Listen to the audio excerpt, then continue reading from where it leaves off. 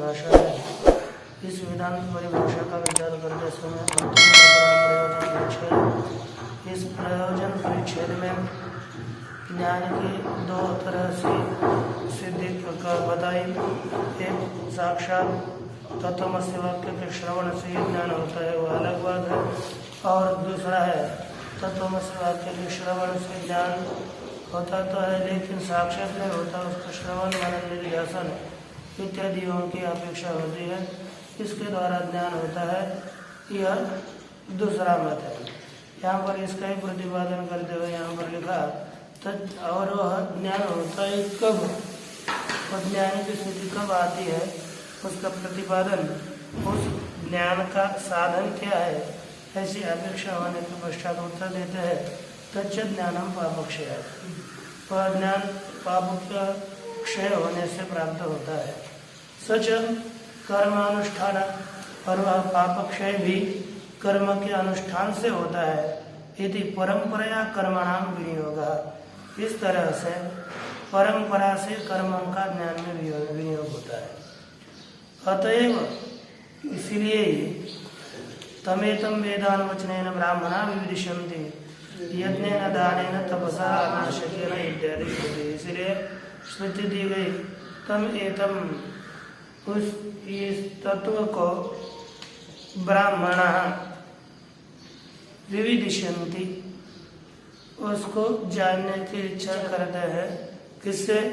यज्ञेन दानेन तपसा अनाशकेन, तप के द्वारा और अनाशक विषयों का ग्रहण न करना, अर्थात यत्किंचित जितना आवश्यक हो इतने विषयों का सेवन करना उसके द्वारा है, उसको जानने की इच्छा करते हैं, इसे श्रुति है। कषाय कर्म विपक्वे ततो ज्ञानम प्रवर्तते इत्यादि स्मृतिश्च संगच्छते। और कषाय कर्म विपक्वे, कर्मों के द्वारा कषाय अर्थात पाप निवृत्त हो जाने पर ततो उसके पश्चात ज्ञानम प्रवर्तते, ज्ञान प्रवृत्त होता है। इत्यादि स्मृतिश्च संगच्छते, यह स्मृति वचन भी संगत होता है। एवं श्रवण मनन निध्यासनानि अपि ज्ञान साधनानि, इसी तरह श्रवण मनन निध्यासन यह भी ज्ञान की साधन है, इसको भी ज्ञान के साधन बताए जाते हैं। मैत्रेयी ब्राह्मणे आत्मा वा अरे द्रष्टव्य इति दर्शनम अनुद्य तत्साधनत्वेन श्रोतव्यो मंतव्यो निध्यासितव्यः इति श्रवण मनन निध्यासनाम नाम विधानात्। इसी तरह मैत्रेयी ब्राह्मण में बृहदारण्यक में आत्मा वा अरे द्रष्टव्य, इस तरह से आत्मा का दर्शन करना चाहिए, ऐसा दर्शन का अनुवाद करके तत्साधनत्वेन दर्शन के ज्ञान के साधन रूप से श्रोतव्य मंतव्य निध्यासितव्य, श्रवण करना चाहिए, मनन करना चाहिए और निध्यासन करना चाहिए। इति श्रवण मनन निध्यासनानाम विधाना, श्रवण मनन और निध्यासन का विधान किए जाने से यहाँ पर आगे क्या है, और वे श्रवण मनन उसके पश्चात ये भी श्रवण मनन भी ज्ञान के ही साधन है। अब ये श्रवण क्या चीज है तो कहा तत्र श्रवणम नाम वेदांतानाम अद्वितीय ब्रह्मणे तात्पर्यावधारणानुकूला मनसी क्रिया, मानसी क्रिया, ये मन में होने वाली, मन से उत्पन्न होने वाली जो मानस क्रिया है वही श्रवण है। कैसी? कहते कि वेदांतानाम अद्वितीय ब्रह्मणि तात्पर्यावधारणानुकूला, वेदांत सभी वेदांतों का अद्वितीय ब्रह्म में ही तात्पर्य है। इस तात्पर्य के निश्चय के अनुकूल वो जो निश्चय होती है, मन की क्रिया होती है, उसी को श्रवण नाम दिया। वेदांत पंचदशी कार्य पंचदशी में भी लिखा वेदांतानाम अशेषाणाम आदि मध्यावसानतः ब्रह्मात्मन्येव तात्पर्य इति श्रवणम भवेत्। सभी वेदांतों का आदि मध्य और अंत से अद्वितीय ब्रह्म में ही तात्पर्य है, ऐसा जो निश्चय उसी को ही श्रवण बताया गया है। यही श्रवण की व्याख्या कही गई। और कहा कि मननम नाम शब्दावधारिते अर्थे मानांतर विरोध शंकायाम तन निराकरणानुकूलात्म ज्ञान जनको मनसो व्यापार है। मनन क्या चीज है कि शब्द के द्वारा निश्चित किया गया जो अर्थ वह उसमें अन्य प्रमाणों के विरोध की शंका हो जाने पर शास्त्र तो कहता है कि जीव और परमात्मा ये दोनों एक है, लेकिन प्रत्यक्ष से दोनों का भेद दिखता है, इसलिए जीव का और परमात्मा का अभेद है कि भेद है। इस तरह से शंका हो जाने पर अभेद में भेद की बाधक युक्ति और अभेद की साधक युक्ति प्रदर्शित करके निश्चय कर लेना, यही मनन है। कि तन निराकरण अनुकूल अर्थात भेद के निराकरण के अनुकूल जो तर्क और आत्मज्ञान तर्क और ऐसा जो आत्मज्ञान जनक मनोव्यापार है, आत्मज्ञान को उत्पन्न करने वाला मन का व्यापार, उसे ही यहाँ पर मनन कहते हैं। निधिध्यासनम नाम अनादि दुर्वासनया विषयेषु आकृष्यमाण चित्तस्य विषयेभ्य अपकृष्य आत्म विषयक स्थैर्यानुकूलो मानसो व्यापार है। अब निधिध्यासन क्या चीज कहा कि निधिध्यासनम नाम अनादि दुर्वासना, जो अनादि जो दुर्वासना है उस दुर्वासना के द्वारा विशेषु आकृष्यमाण चित्त से वासना अपने चित्त को विषय में खींच ले लेती है। अब विषयों में आकृष्यमान खींच लिया है चित्त जिसका, ऐसे पुरुष का जो मानस व्यापार है। अब ये चित्त को तो उधर खींच रही है, लेकिन पुनः विषय अपकृष्य आत्म विषय का स्थैर्यानुकूलो मानसो व्यापार है। विषय से पुनः खींच करके आत्म विषयक जो स्थैर्य है, उस आत्म विषयक स्थिरता के अनुकूल जो मन का व्यापार, उसे ही यहाँ पर निधिध्यासन कहा गया। तत्र निधिध्यासनम ब्रह्म साक्षात्कारे साक्षात्कार। अब निधिध्यासन क्या है? कहा कि ब्रह्म साक्षात्कार में निधिध्यासन, वहां पर निधिध्यासन ब्रह्म साक्षात्कार होने पर साक्षात्कार अर्थात साक्षात्कारणम ऐसा चाहिए वहां पर। निधिध्यासनम नाम ब्रह्म साक्षात्कारे साक्षात्कारणम। ब्रह्म साक्षात है ना, ब्रह्म के साक्षात्कार में जो एक साक्षात साधन है, कारण है, उसे कहते हैं निधिध्यासन। ते ध्यान योगानुगता अपश्यन देवात्म शक्तिम स्वगुणैर्नुगढ़ाम इत्यादि श्रुत है। ते ध्यान योगानुगता कहते हुए ध्यान योग में लगे हुए देवा स्वगुण ही निगुणाम देवात्म शक्तिम अपश्यन, अपने गुणों के द्वारा युक्त ऐसी जो भगवान परमात्मा की शक्ति है उसको उन्होंने देखा। अर्थात ये ध्यान योगानुगता ये पद है। ध्यान योगानुगत अर्थात निधिध्यासन में लगे हुए साधक ही अपने गुणों के द्वारा आच्छादित जो शक्ति है उसको देखते। अर्थात ये जो निधिध्यासन है वह साक्षात ज्ञान का साधन है। निधिध्यासन मननम हेतु, ज्ञान में निधिध्यासन हेतु है, निधिध्यासन में मनन हेतु है। अकृत मनस्य अर्थधारण्या भावेन तद विषय निधिध्यासना योगा। क्योंकि जिसने अपने मन को अकृत मनन, जो शास्त्र का मनन नहीं करता, बस पढ़ेगा, रख कर देगा, जिसने मनन नहीं किया, क्योंकि उसका अर्थ निश्चय दृढ़ नहीं हो सकता। पढ़ते हैं ना, है ना? हाँ, अर्थ दृढ़ नहीं होता, इसलिए अर्थ में दृढ़ता का अभाव हो जाने से तद विषय, उसके विषय में, क्योंकि शास्त्र के अर्थ ही दृढ़ नहीं हुआ, तो उस विषय में शब्द ज्ञान भावेन, शब्द ज्ञान का अभाव होने से, अब यहाँ पर तद विषय निधिध्यासना योगा कहते, उसके विषय में यदि यही अर्थ की दृढ़ता नहीं हो गई, तो उसके विषय में निधिध्यासन भी अयोग्य है। मनने च श्रवण हेतु, और मनन में श्रवण यह हेतु बताया गया है, क्योंकि श्रवणा भावे तात्पर्य निश्चय भावे, श्रवण का अभाव हो जाने पर, तात्पर्य के निश्चय का अभाव हो जाने से श्रुतार्थ विषय का युक्तत्व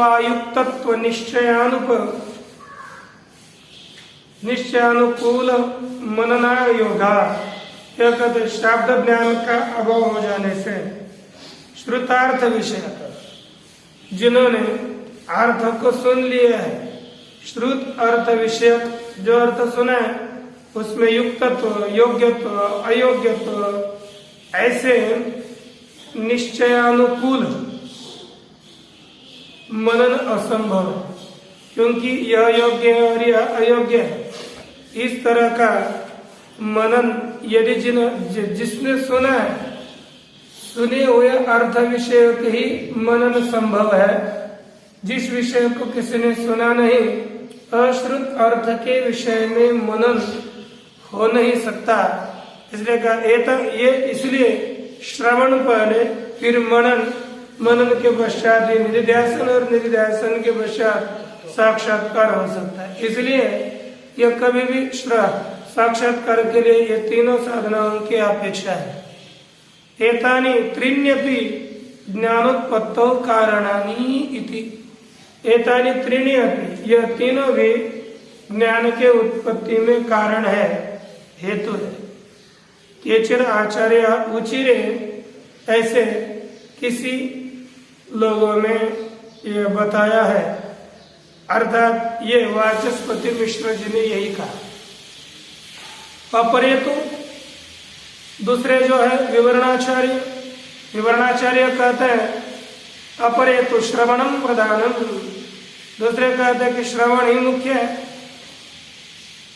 मन में ध्यासन योस्तु श्रवणात् पराचिनयोरपि, श्रवण अल ब्रह्म दर्शन निवर्तकतया आराध उपकाराकांगत्वम इति आहो।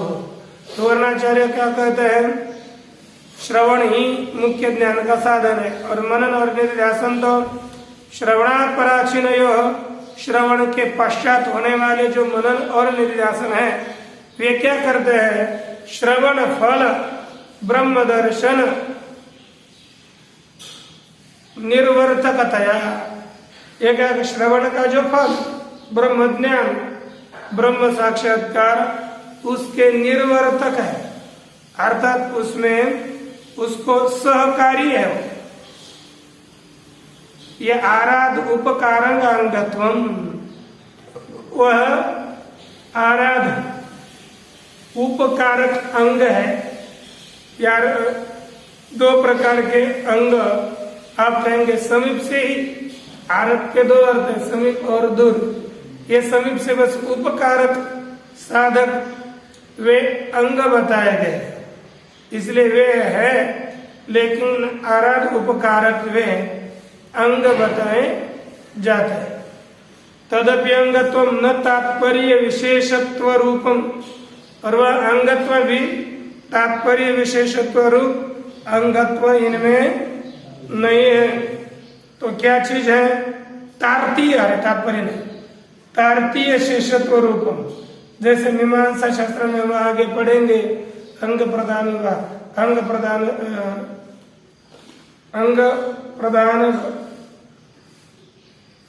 के अंग प्रधान संबंधी भावना विधि विनियोग विधि ऐसा कुछ है।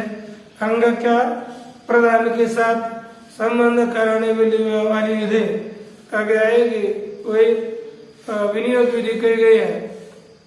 तो यहाँ पर उस अध्याय में अर्थ संग्रह में हम जो पढ़ेंगे उस अर्थ संग्रह में बताया गया जो तृतीय अध्याय का विचार है, उस अध्याय में जिस तरह से अंग अंगी भाव का प्रतिपादन किया उस तरह से अंगांगी भाव यहाँ पर नहीं माना जाता।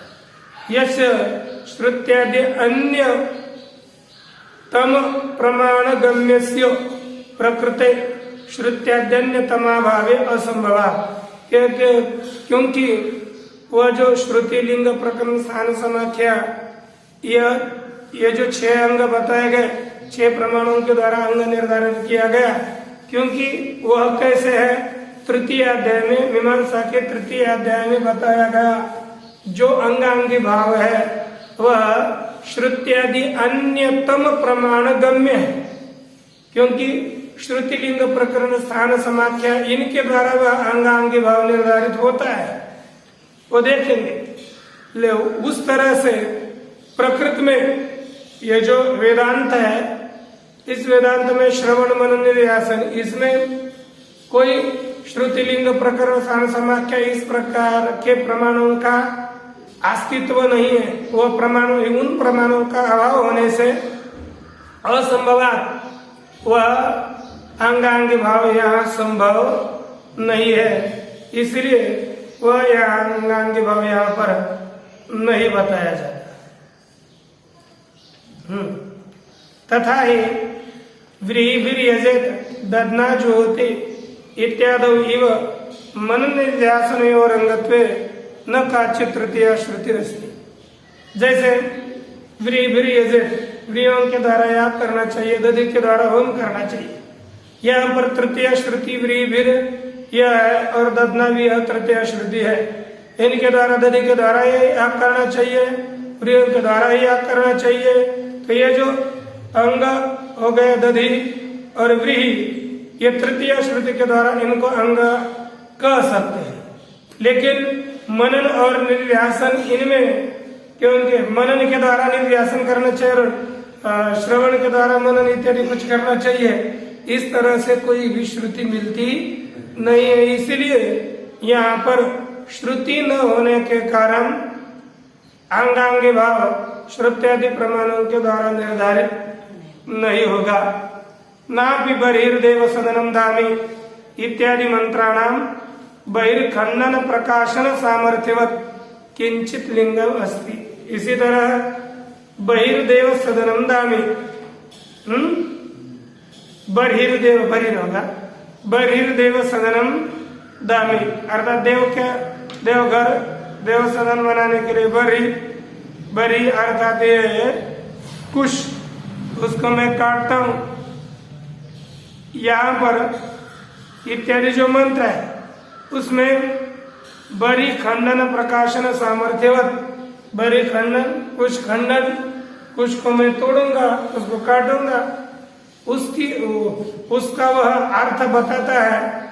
उसी तरह जैसे बरी खंडन बरी को तोड़ना इस अर्थ को प्रकाशन कर लेते हैं, उसी की प्रकाशन के सामर्थ्य की तरह किंचित लिंगम नास्ति। यहाँ पर लिंग पहले बताया श्रुति प्रमाण नहीं है, लिंग प्रमाण नहीं है, उसी तरह वाक्य नहीं है, श्रुति लिंग वाक्य श्रुति लिंग वाक्य प्रकरण स्थान समाख्या ये प्रत्येक प्रमाण नहीं है। कहते नापि प्रदेशांतर पठित प्रवर्ग्यस्य आग्निष्टोमे प्रवृणतीति वाक्य श्रवणवत् श्रवणानुवादेन मनन निध्यासनेव वियोजकम किंचित वाक्यम अस्ति। मनन और निध्यासन इनको जोड़ने वाला कोई शेष भाव का प्रतिपादक कोई दूसरा वाक्य भी नहीं है। क्या कहा कि प्रदेशांतर पठित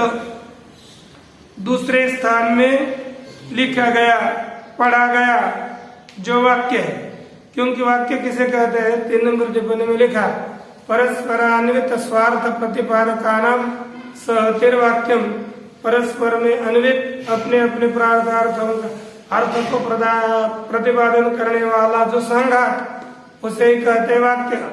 और वाक्यम पदानी एव तु संहतानी, अर्थात समुदाय को प्राप्त हो गए जो पद है वही वाक्य है। तो यहाँ पर कहा कि प्रदेशांतर पठित प्रवर्ग्यस्य, दूसरे देश में लिखा हुआ जो अग्निष्टोमे प्रवृणक्ति, ऐसा जो वाक्य लिखा हुआ है उस वाक्य की तरह यहाँ पर श्रवणानुवादेन, श्रवण के अनुवाद के द्वारा मनन और निधिध्यासन इनको जोड़ने वाला कोई वाक्य प्रमाण भी नहीं है। नापि दर्श पूर्णमासाभ्याम स्वर्ग कामो यजेत इति वाक्यावगत फल साधनता दर्श पूर्णमास प्रकरणे प्रयाजानाम इव फल साधनत्वेन अवगतस्य श्रवणस्य प्रकरणे मनन निधिध्यासनयोः आम्नानम। कहते हैं कि दूसरी है, ये यहाँ पर प्रकरण भी नहीं है। प्रकरण में क्या होता है कि उभयाकांक्षा प्रकरण, किम भावाकांक्षा और कथम भावाकांक्षा, ये जहाँ पर दोनों प्रकार की आकांक्षा होती है उसी को ही प्रकरण कहा जाता है। यहाँ पर जैसे दर्श पूर्णमासाभ्याम स्वर्ग कामो यजेत, यहाँ पर किम फलाकांक्षा तो है, ये दोनों की परस्पर आकांक्षा होनी चाहिए। जैसे दर्श पूर्णमासाभ्याम स्वर्ग कामो यजेत, ये वाक्य पढ़ लिया तो कथम भावयत, ये आकांक्षा होती है। किम भावयत की आकांक्षा नहीं होती, क्योंकि स्वर्ग काम तो दिया है, स्वर्ग दिया है तो स्वर्ग की भावना करनी है। और प्रयाजादियों को समिधो यजति, ईडो यजति, बरे यजति, स्वाकारम यजति इत्यादि वाक्यों को सुनने के बाद पता चलता है किम भावयत, किसकी भावना करे, किस फल की प्राप्ति की भावना करे। यहाँ पर कथम भावाकांक्षा भी है, एक दूसरे की अपेक्षा करते हैं। जैसे दर्श पूर्णमास याग वो अपने साधन की अपेक्षा करते हैं, तो कैसे करे।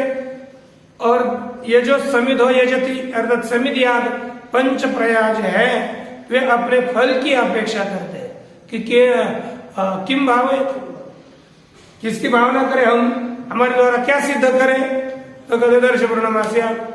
और ये कैसे करें, तो कहते प्रयाज आदियों के द्वारा करें। तो यहाँ पर परस्पर दोनों की भी अपेक्षा होती है। इसलिए ये जो प्रकरण होता है ये जहाँ पर दोनों की अपेक्षा होती है, अर्थात जो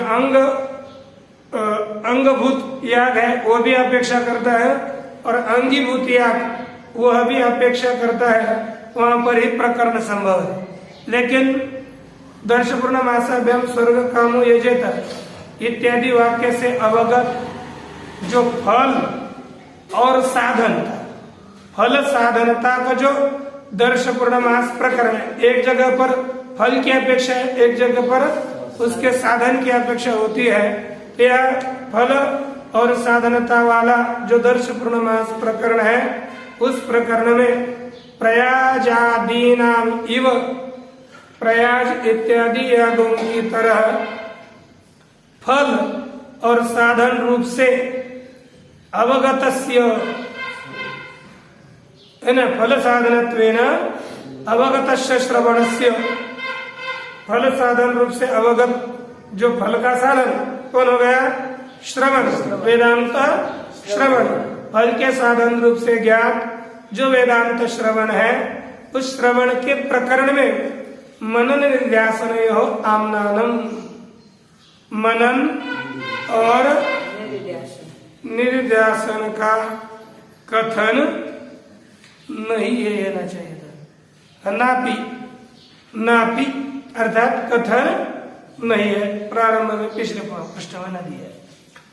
अब इसके विषय में एक प्रकरण का अभाव नहीं है, ये जो सिद्धांत ने कहा उसके विषय में पूर्व पक्षी एक अपनी शंका कर रहा है, क्योंकि आपने यह कथन कैसे किया कि यहाँ पर दोनों के भी प्रकरण प्रमाण ही नहीं होता, उसकी शंका की ननु द्रष्टव्य दर्शनानुवादेन श्रवणे विहिते सति फलवत्तया श्रवण प्रकरणे तत्सन्निधानाम्नातयोर मनन व्यासनयोः प्रयाज न्यायेन प्रकरणाद एव अंगता इति चेत वह कहते हैं एक है तत्वज्ञान साक्षात्कार, उसमें श्रवणाधिक अंग होते हैं।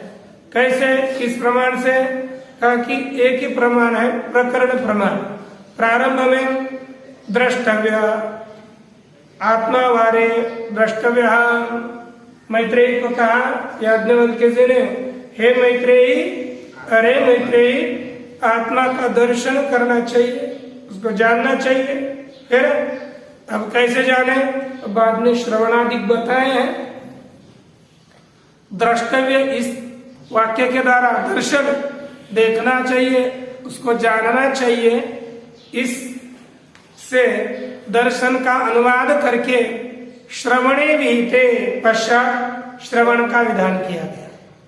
श्रवण का विधान किए जाने पर फलवत्तया श्रवण प्रकरणे, अब फल क्या हो गया? ज्ञान, और फलवान हो गया श्रवण। फलवत रूप से श्रवण प्रकरण में श्रवण मनन निध्यासन इत्यादि बताया। इत्यादि श्रवण प्रकरण में तत्सन्निधौ आम्नातयोः, अब ये देखो फलवत कौन हो गया? श्रवण। फलवान हो गया श्रवण। जैसे स्वर्ग होता था फल, फलवान हो गया याग, उसके सन्निधि पड़े हुए जो दर्शक होते हैं प्रयाज आदि है वे बन गए अंग। उसी तरह यहाँ पर फल ज्ञान, फलवत श्रवण, और उसके समय पड़े गए श्रवण और मनन थे। मनन और निर्व्यासन वो हो जाएंगे अंगो। तत्सन्निधौ श्रवण के सन्निधि में आम्नातयोः कहे गए, लिखे गए, पढ़े गए। मनन व्यासनयोः, मनन और निर्व्यासन, उनमें प्रयाज न्यायेन प्रकरणादेव अंगता, जैसे पंच प्रयाज उनमें अंगता आई, उसी तरह यहाँ पर भी मनन और निर्व्यासन में अंगता होगी। इस तरह से पूर्व पक्षी ने अंग मनन और निर्व्यासन श्रवण के है, लेकिन प्रकरण प्रमाण से है, ये पूर्व पक्ष ने सिद्ध किया, तो सिद्धांत उसके उत्तर देते नहीं, आपने जो कहा वह योग्य नहीं है। ते ध्यान योगानुगता अपश्यन इत्यादि श्रुत्यंतरे ध्यानस्य दर्शन साधनत्वेन अवगतस्य आकांक्षायां प्रयाज न्यायेन श्रवण मननयोरेव अंगता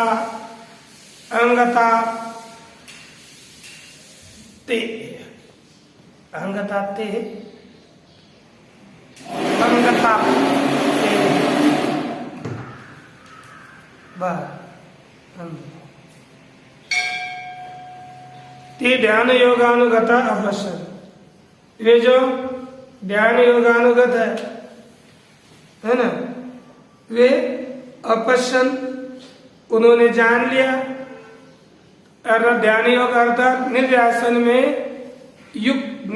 में लगे हुए लोगों ने साक्षात्कार किया। इत्यादि श्रुत्यंतरे, इत्यादि जो श्रुति है, जो श्रुति वाक्य है, उनमें ध्यानस्य दर्शन साधनत्वेन अवगतस्य, ध्यान अर्थात निर्ध्यासन वह साक्षात्कार का साधन है, ऐसा अवगत हो गया। अवगत जो श्रवण होते, ध्यान ही साक्षात्कार का साधन है, ऐसा ज्ञात होने पर अंगाकांक्षा, अब यहाँ पर निर्ध्यासन पर अपने अंग की आकांक्षा हो जाने पर प्रयाज न्यायन, प्रयाज के न्याय से श्रवण मननयोरेव अंगताप्ते, श्रवण और मनन में ही अंगता की प्राप्ति होती है। अंगताप्ते है ना, श्रवण आपते हो, श्रवण और मनन ही यह अंग है, ऐसी प्राप्ति होती है। क्रम समाख्ये च दूर निरस्ते, और क्रमपाठ और समाख्या, ये तो इनका तो दूर से ही निराश हो गया, वो तो यहाँ पर है ही नहीं। इसलिए कोई भी षड्लिंगों में से एक भी लिंग इसमें अंगांगी भाव सिद्ध करने वाला प्रमाण नहीं है। ऐसा प्रमाण न होने से यह जो मीमांसा शास्त्र में तृतीय अध्याय में अंगांगी भाव बताया, उस तरह का अंगांगी भाव यहाँ पर नहीं माना जाता। किंच और है, प्रयाजादो अंगत्व विकार सप्रयोजन, अंगत्व विचार सप्रयोजन, प्रयाज इत्यादियों में अंगत्व विचार अर्थात प्रयाज आदि 5 अंग है, इसका जो विचार किया गया वह सफल है, सप्रयोजन है, निष्फल नहीं है। पूर्व पक्ष विकृतिषु न प्रयाजादि अनुष्ठानम, ये जो प्रयाजादियों का विचार किया उसमें भी पूर्व पक्ष और उत्तर पक्ष मीमांसा में भी लिखे हुए हैं। मीमांसा का जो पूर्व पक्ष प्रयाजादि के विषय में है, उनमें विकृति में प्रयाजादि अनुष्ठानम न, प्रयाजादियों का अनुष्ठान नहीं होता। सिद्धांते तो तत्रापि तद अनुष्ठानम, सिद्धांत में तो प्रयाजादियों में भी अंगों का अनुष्ठान होता है। प्रकृति तो श्रवणम न कस्यचित् प्रकृति, वहां पर प्रकृति और विकृति ऐसे 2 भाग होते हैं, लेकिन यहाँ पर कोई प्रकृति और कोई विकृति नहीं है। प्रकृति तो श्रवणम न कस्यचित् प्रकृति एन मनन निध्यासनयोः तत्राप्य अनुष्ठानंगत्व विचार फलम भवे। यदि यह श्रवण प्रकृति होती तो जिस श्रवण को प्रकृति मानने से मनन और निध्यासन इन दोनों को, तत्रापि अनुष्ठानांगत्व अर्थात श्रवण में अनुष्ठान का अंग यह मनन और निध्यासन ये होते, ऐसा विचार का फल होता, परंतु ऐसी बात नहीं। इसलिए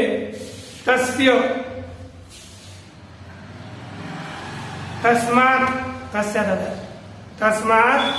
न भारतीय शेषत्व मनन निध्यासन योग। इसलिए तृतीय अध्याय में जो अंगांगी भाव बताया वह अंगांगी भाव मनन और निध्यासन में नहीं है।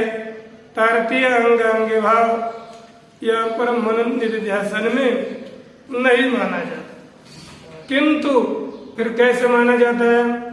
यथा घटाधिकारी है मृत्पिंडादि नाम प्रधान कारणता, चक्रादि नाम सहकारी कारणता, प्राधान्य विपदेश तथा श्रवण मनन निध्यासना नाम अपीति मंतव्य। फिर कैसे कार्य कारण भाव मानना है? जैसे घट बनाना है, घट बनाते समय जो माटी का पिंड होता है वो मुख्य कारण है, अर्थात उसको उपादान कारण बोलते हैं।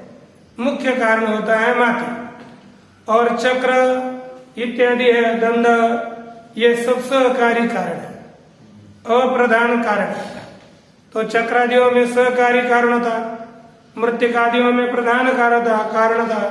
तो यहाँ पर दोनों में जैसे प्रधान कारणता होती है ना, प्राधान्य का उपदेश है। तथा श्रवण मनन निध्यासनाम अपि इति मंतव्यम, श्रवण मनन और निध्यासन में भी प्रधान कारणता, मुख्य कारणता ऐसा मानना चाहिए, समझना चाहिए। सूचितम च एतद विवरणाचार्य ही, और विवरणाचार्य जी ने इसकी ही सूचना दी हुई है। कहते हैं शक्ति तात्पर्य विशिष्ट शब्दावधारणम प्रमेयावगमम प्रत्यव्यवधानेन कारणं भवति। प्रमाणस्य प्रमेयावगमं प्रति अव्यवधानात्। यह कहते हैं विवरणाचार्य ने इसका वर्णन किया, शक्ति तात्पर्य विशिष्ट शब्दावधारण, शक्ति और तात्पर्य इनसे विशिष्ट जो शब्द का निश्चय होता है, इस शब्द की क्या शक्ति है, इस शब्द का किसमें तात्पर्य है और इसका निश्चय कर लेना। शब्द के शक्ति के तात्पर्य का अवधारण निश्चय प्रमेयावगमं प्रति अव्यवधानेन कारणं भवति। वह शब्द के तात्पर्य का निश्चय प्रमेय के ज्ञान के प्रति अव्यवधानेन अर्थात साक्षात कारण होता है। सिद्धांत का हमको ज्ञान करना है तो शब्द के शक्ति का निश्चय होना अपेक्षित होता है। तो वही प्रमेयावगमं प्रति अव्यवधानेन कारणम साक्षात कारण। प्रमाणस्य प्रमेयावगमं प्रति, प्रमाण भी प्रमेय के निश्चय के प्रति अव्यवधानात् है ना। प्रमेय का प्रमाण का प्रमेय के ज्ञान के प्रति कोई व्यवधान नहीं है, साक्षात कारण है। इसलिए मनन निधिध्यासन हेतु अर्थात ये जो श्रवण मनन है ना, श्रवण ये ज्ञान के प्रति साक्षात कारण है, कोई व्यवधान से कारण नहीं है। मनन निधिध्यासन हेतु, मनन और निधिध्यासन तो प्रत्यगात्म प्रवणता संस्कार परिच्छिन्न तदेकाग्र वृत्ति कार्य द्वारेण ब्रह्मानुभव हेतुताम प्रतिपद्यते। और ये जो क्या बोलते हैं मनन और निधिध्यासन, वो साक्षात ज्ञान के प्रति कारण नहीं है। क्योंकि क्या होगा, पहले हम चित्त मनन करेंगे तो मनन निधिध्यासन करने के बाद क्या होगा, चित्त प्रत्यगात्मक एकाकार हो जाएगा, चित्त आत्माकार हो जाएगा। तो क्या चित्त से प्रत्यगात्म प्रवणता, यानी जो प्रत्यगात्म तत्व है उसकी ओर ही निरंतर उसका चिंतन करना, तदाकार वृत्ति होगा मनन निधिध्यासन करने के पश्चात। फिर उसका संस्कार दृढ़ संस्कार होगा और उस दृढ़ संस्कार से परिनिष्पन्न जो एकाग्र प्रवृत्ति, निरंतर करने से एकाग्र प्रवृत्ति होगी, फिर एकाग्र प्रवृत्ति रूप कार्य बीच में होना पड़ेगा, फिर वो ब्रह्म के अनुभव का हेतु बनेगा। मनन निधिध्यासन ये साक्षात हेतु नहीं बनते, वो चित्त को ब्रह्माकार कराएंगे, फिर ब्रह्म साक्षात्कार के हेतु बन जाते हैं। श्रवण तो साक्षात सुन लिया, साक्षात है, ब्रह्म ज्ञान का हेतु बन जाता है। इसलिए श्रवण ही मुख्य आत्मज्ञान का साधन है, मनन निधिध्यासन यह आत्मज्ञान के साधन नहीं है। इति फलम एकाग्र ब्रह्म हेतुताम प्रतिपद्यते इति फलम प्रति, इस तरह फल के प्रति अव्यवहित कारणस्य विशिष्ट शब्दावधारणस्य, फल के प्रति अव्यवहित जो कारण, अव्यवहित साक्षात जो कारण विशिष्ट शब्दावधारण अर्थात विशिष्ट शब्द का निश्चय करना, ये जो साक्षात कारण है वही विशिष्ट शब्द का निश्चय कर लेना, या ये जो श्रवण है वही श्रवण साक्षात्कार के प्रति साक्षात कारण है। व्यवहिते मनन निधिध्यासने तद अंगे अंगीक्रियेते, और व्यवहित जो मनन और निधिध्यासन है वे दोनों श्रवण के अंग बताए जाते हैं, वे साक्षात तत्वज्ञान के कारण नहीं है। इस तरह से यहाँ पर एक निश्चय अपना प्रकट किया, तत्पश्चात बाकी का विचार कर